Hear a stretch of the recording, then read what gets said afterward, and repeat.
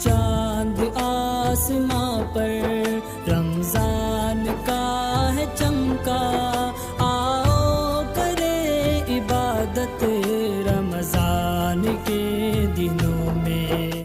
اظہار چینل کے ناظرین، السلام علیکم ورحمۃ اللہ وبرکاتہ۔ برکتوں، رحمتوں اور اللہ کی بے شمار عنایتوں سے بھرا مہینہ رمضان المبارک شروع ہو چکا ہے۔ ایک طرف ماہ مبارک کی آمد ہے اور دوسری طرف کورونا وائرس کی وبا پوری دنیا میں پھیلی ہوئی ہے۔ ملک میں لاک ڈاؤن ہے۔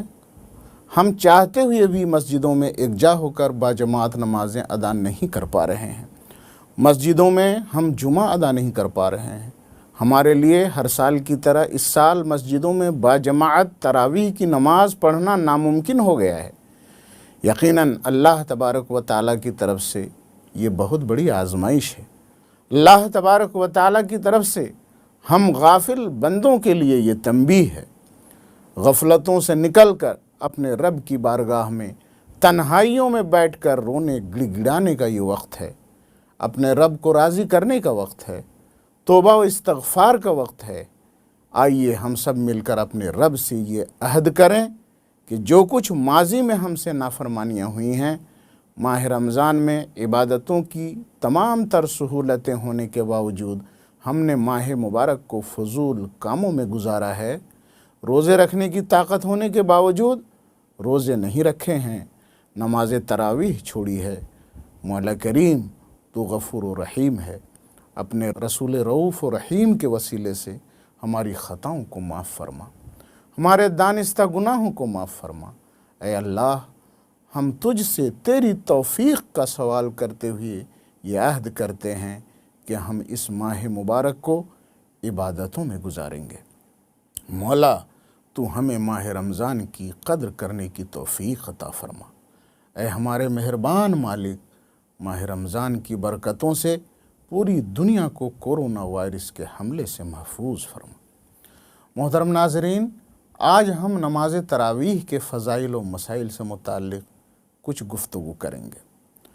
نماز تراویح سنت مؤکدہ ہے۔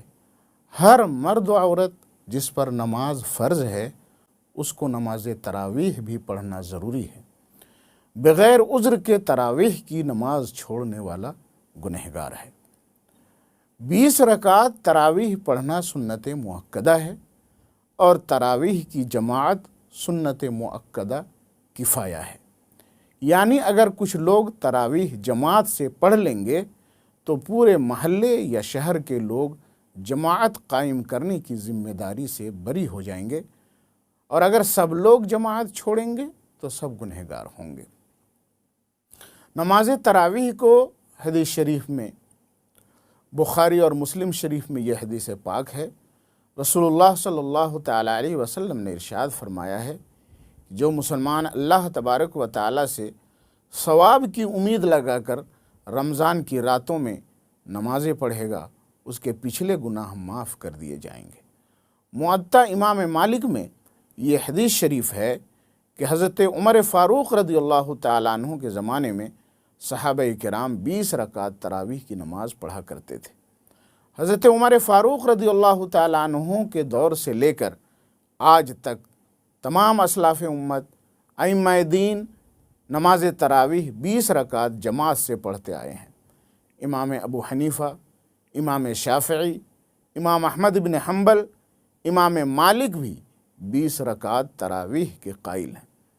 12ویں صدی ہجری کے عظیم مالکی فقیہ علامہ محمد بن عبداللہ خرشی نے شرح مختصر الخلیل جلد 2 صفحہ 9 پر یہ لکھا ہے، الذی صار علیہ عمل الناس واستمر الى زماننا فی سائر الامصار هو ما جمع عمر بن الخطاب علیہ الناس وهو 23 بالشفع والوتر۔